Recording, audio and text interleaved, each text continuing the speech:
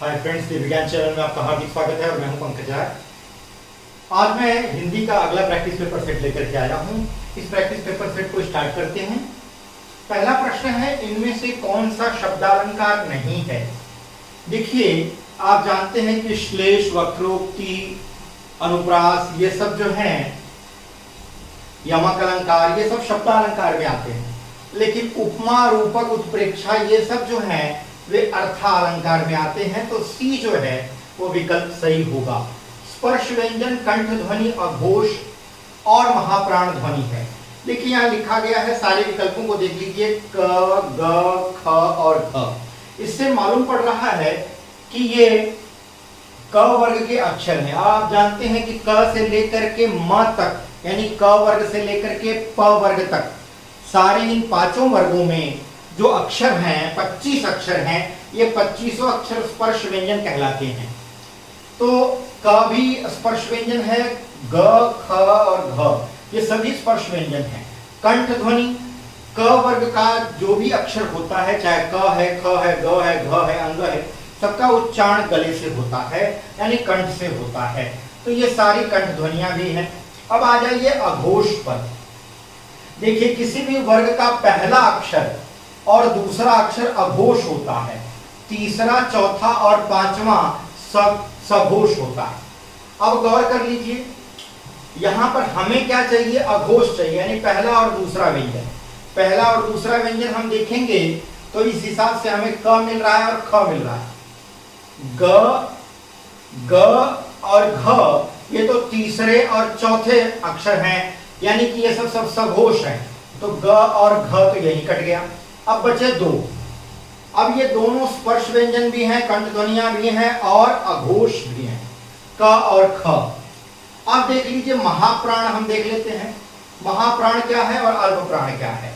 तो देखिए यहां पर पहला, तीसरा और पांचवा, किसी भी वर्ग का पहला, तीसरा और पांचवा अक्षर जो होता है वो अल्प प्राण होता है, यानी क जो है वो अल्प प्राण है। लेकिन ख जो है वो पहला, तीसरा और पांचवा व्यंजन नहीं है, बल्कि कौन सा है, कौन सा अक्षर है, ये दूसरा अक्षर है। दूसरे और चौथे अक्षर जो होते हैं किसी भी वर्ग की, ये महाप्राण बोले जाते हैं। इस हिसाब से सी विकल्प सही होगा। आगे आ जाइए, तीसरा प्रश्न। समीप, छोटा तथा गौड़ के अर्थ में कौन सा उपसर्ग आता है। इन सभी के अर्थ में उप उपसर्ग आता है, डी विकल्प सही होगा। सर्प, मेढक, सिंह, घोड़ा, बानर, वानर, हाथी आदि को समझाने वाला शब्द है। इन सभी को समझाने वाला शब्द है हरि। हरि शब्द से इन सभी का बोध होता है। पांचवा प्रश्न देख लेते हैं, निम्नलिखित में से तत्सम शब्द कौन सा है। शिखा जो है वो तत्सम शब्द है मित्रों, बाकी सभी तद्भव है। सोना का पर्यायवाची शब्द है। सोना का पर्यायवाची पन्नग, ललित और चिंताकर्षक नहीं होता, जात रूप सोना का पर्यायवाची होता है। सातवां प्रश्न है, प्रत्याशा शब्द में उपसर्ग है, प्रत्याशा शब्द में प्रति उपसर्ग है। आठवां प्रश्न देख लीजिए, यदि सभी राज्य सरकारों को कोई एक सरकारी पत्र भेजा गया हो तो उसे क्या कहते हैं। उसे परिपत्र कहते हैं, उसे सूचना नहीं कहते। सूचना तो किसी कर्मचारी को कोई संस्था देती है, या कोई स्कूल या कॉलेज अपने यहाँ पढ़ने वाले छात्रों को, छात्राओं को या अपने कर्मचारियों को कोई मैसेज देना रहता है, कोई सूचना देनी रहती है, तो एक सूचना जारी करती है। आज्ञा पत्र किसी को आदेश के लिए, और अधिसूचना भी अलग चीज होती है। लेकिन परिपत्र जो होता है वो, यदि सभी राज्य सरकारों को कोई एक सरकारी पत्र भेजा गया हो तो उसे क्या कहा जाएगा, परिपत्र कहा जाएगा। नौवां देख लीजिए, धूसर का पर्यायवाची शब्द क्या है। पहले जान लीजिए धूसर का मतलब क्या होता है। धूसर का मतलब होता है गधा, ठीक है, जिसको खर भी कहते हैं, और इसको बेसर भी कहते हैं। सी विकल्प सही होगा। 10वां प्रश्न है, कौन सा अधिकरण तत्पुरुष समास नहीं है। नहीं है कहा जा रहा है, किसमें अधिकरण तत्पुरुष समास नहीं है। देखिए, पहले समास विग्रह करेंगे पुरुषोत्तम का, तो पुरुषों में उत्तम, ये तो अधिकरण तत्पुरुष समास है। हमें क्या ढूंढना है, जो अधिकरण तत्पुरुष समास नहीं है। देशाटन, देशाटन में भी अधिकरण तत्पुरुष समास है। जब आप इसका समास विग्रह करेंगे तो क्या होगा, देश में आटन। आगे आ जाइए, कुल में श्रेष्ठ हो जाएगा, कुल श्रेष्ठ का समास विग्रह। अंतिम देखेंगे धर्मभ्रष्ट। धर्मभ्रष्ट का समास विग्रह क्या होगा, धर्म से भ्रष्ट, यानी यहां अपादान तत्पुरुष समास होगा, डी विकल्प सही होगा। 11वां प्रश्न देखते हैं मित्रों, पंजाब में हिंदी का प्रचार किसने किया? तो जान लीजिए पंजाब में हिंदी का प्रचार जो किया था श्रद्धा राम फुल्लौरी जी ने किया था। बी विकल्प पूरी तरह से सही होगा। आगे के प्रश्नों को हम देखेंगे। चलिए मित्रों आगे के प्रश्नों को देखते हैं। 12वां प्रश्न है अत्युक्त शब्द में संधि है। देखिए अत्युक्त का अगर हम संधि विग्रह करेंगे तो इसका संधि विग्रह यानी संधि विच्छेद होगा, विग्रह नहीं संधि विच्छेद होगा, अति प्लस उक्ति, अति जमा उक्ति। अब यहां देखिए ह्रस्व ई के बाद उ आया है। जब ऐसी स्थिति होती है ह्रस्व ई के बाद उ आता है तो ई के स्थान पर य हो जाता है, ई के स्थान पर क्या हो जाता है? य हो जाता है। अब गौर करने वाली बात यह है कि यहां पर गौर करिएगा, यहां पर क्या हो गया है? यही नियम लागू हो रहा है। अति में उक्ति मिल रही है, ई में उ मिलने से यह हो रहा है और यही कारण है कि अतियुक्त हो रहा है। ठीक है, तो आधा हो जा रहा है और उसके बाद यह आ रहा है, यह में उ मिल रहा है तो यू हो जा रहा है। ठीक है, तो कौन सी संधि होगी? यह नियम यण संधि के अंतर्गत आता है। अगला प्रश्न देखेंगे, 13वां प्रश्न है पुल्लिंग वाचक शब्द होगा। देखिए पायल, प्लेट और तलवार स्त्रीलिंग है, ये तीनों शब्द। जैसे पायल पहनी जाती है, प्लेट ठीक है, प्लेट चिकनी होती है, प्लेट छिछली होती है, या प्लेट धोई जाती है। कोई भी वाक्य आप बनाएंगे तो उसमें क्रिया जो है स्त्रीलिंग में बनेगी, यानी प्लेट जो है वो स्त्रीलिंग शब्द है। तलवार चलाई जाती है, तलवार चलाया जाता नहीं होता। इसी तरह से प्लेट धोई जाती है, प्लेट धोया जाता है नहीं होता। पायल पहनी जाती है, पायल पहना जाता है नहीं होता।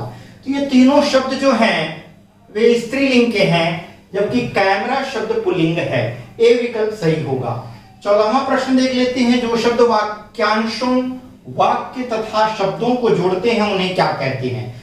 उन्हें मित्रों समुच्चय बोधक शब्द कहते हैं। तथा, और, एवं, अथवा, ये सब जो शब्द हैं समुच्चय बोधक हैं। 15वां प्रश्न देख लेते हैं, उद्देश्य में कर्ता के साथ और क्या रहता है? देखिए जैसे लिखा जाए कि राम ने रावण को मारा। ठीक है, अब गौर करने वाली बात है, यहां कर्ता राम दिया गया है। अगर इसको विस्तार दे दिया जाए कि दशरथ पुत्र राम ने रावण को मारा, तो दशरथ पुत्र इसके साथ जो एक्स्ट्रा शब्द लगे उसको हम कर्ता विस्तार कहते हैं, ना कि कर्ता पूरक, कर्ता विधेय और विधेय पूरक कहते हैं, कर्ता विस्तार कहा जाता है। आगे आ जाइए 16वें प्रश्न पर, भाववाच्य छांटिए। दादाजी के द्वारा अनिल को डांटा गया। डांटने का कार्य किसके द्वारा किया गया? दादाजी के द्वारा, यानी ठीक है, दादाजी के द्वारा अनिल को डांटा गया। ये वाक्य कर्मवाच्य है। ठीक है, अच्छा आगे देख लीजिए, तोते से उड़ा नहीं जाता, ये भाववाच्य है। बी विकल्प सही होगा। जबकि सी विकल्प में अशोक ने आइसक्रीम खाई, ये कर्तृवाच्य है, यहां कर्ता के आधार पर क्रिया बदल रही है। चोर पकड़ा गया, यह जो है कर्मवाच्य है। दादाजी के द्वारा अनिल को डांटा गया, यह भी कर्मवाच्य है।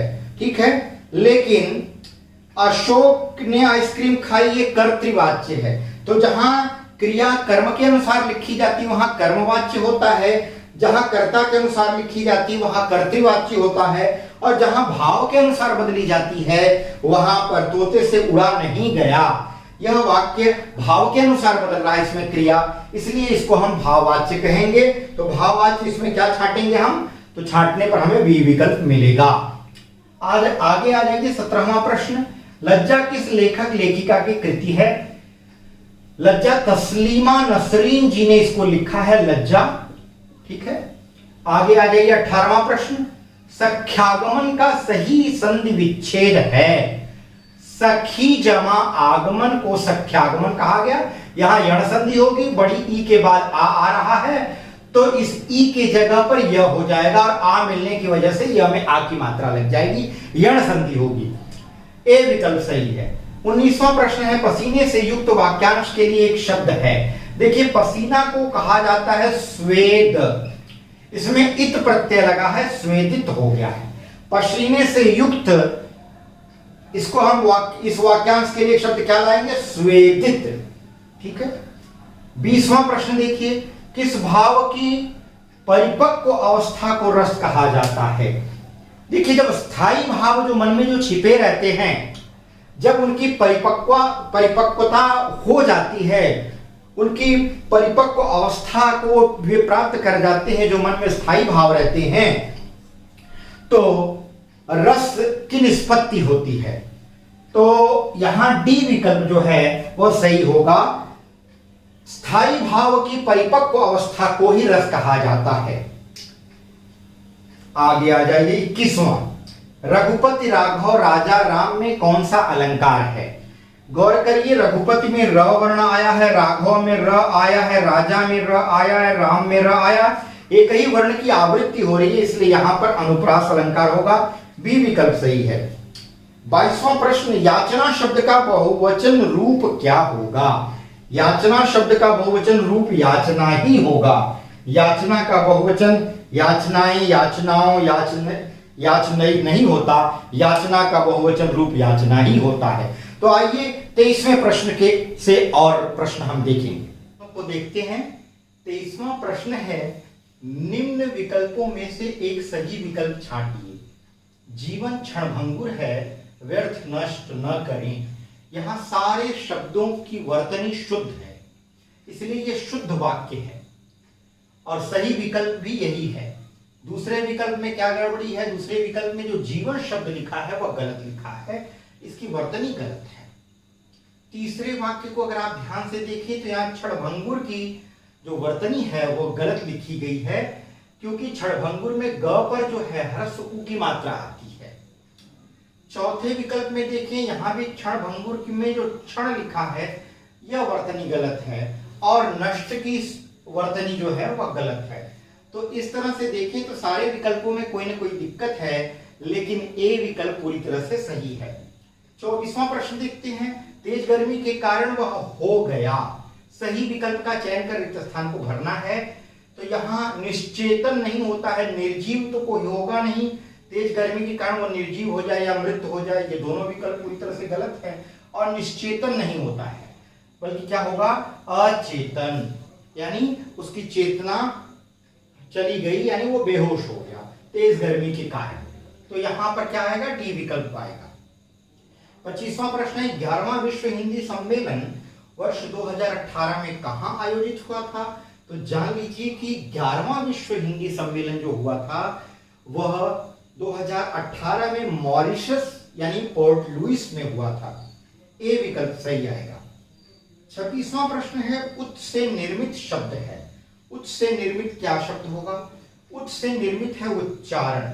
उत जमा चारण होता है, उच्चारण का संधि विच्छेद।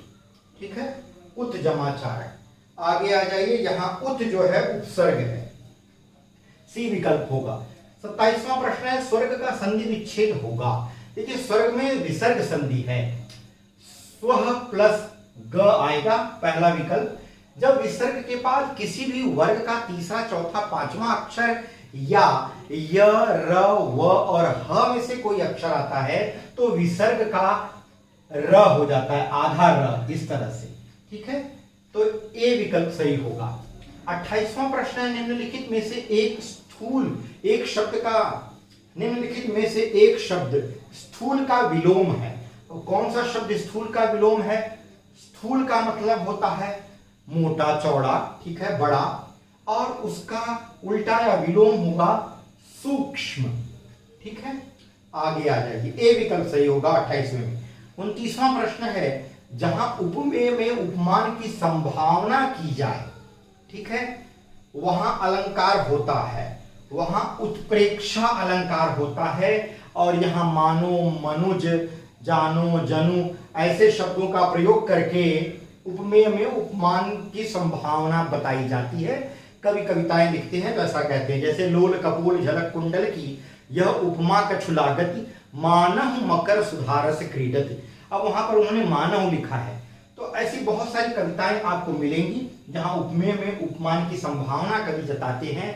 उन्हें क्या लगता है कि वो डायरेक्ट किसी चीज की किसी चीज से तुलना नहीं करते, बल्कि जिस उपमेय की जिसकी वो तुलना कर रहे हैं वह कहते हैं कि मुझे लगता है कि ये चीज ऐसी है, संभावना जताते हैं। तो जब पूरी तरह से किसी चीज की किसी चीज से तुलना ना की जाए, किसी व्यक्ति की किसी वस्तु से, किसी व्यक्ति से या किसी वस्तु की किसी वस्तु से या किसी व्यक्ति की किसी चीज से, ठीक है, प्राकृतिक किसी चीज से, तो वहां पर क्या होता है, जब संभावना जताई जाए उपमेय की उपमान से, ठीक है, उपमेय और उपमान में संभावना जताई जाए, पूरी तरह से ये ना कहा जाए कि यह उपमेय इस उपमान के जैसा है, ठीक है। अगर जैसा बोल दिया जाएगा तो वहां उत्प्रेक्षा है, और अगर दोनों में कोई भेद ना करके उसमें आरोप लगा दिया जाएगा तो रूपक है, और संभावना जताई जाएगी तो उत्प्रेक्षा है।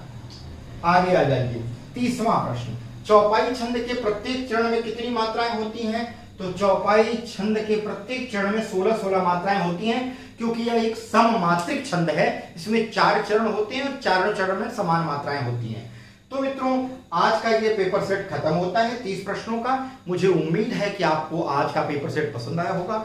आप इसे ज्यादा से ज्यादा लाइक करेंगे और क्या करेंगे, अगर आप चैनल से नए जुड़े हैं तो चैनल को सब्सक्राइब कर लीजिए, घंटी के निशान को दबाना या प्रेस करना या उस पर क्लिक करना मत भूलिए, ताकि आपको नए अपडेट्स मिलते रहें।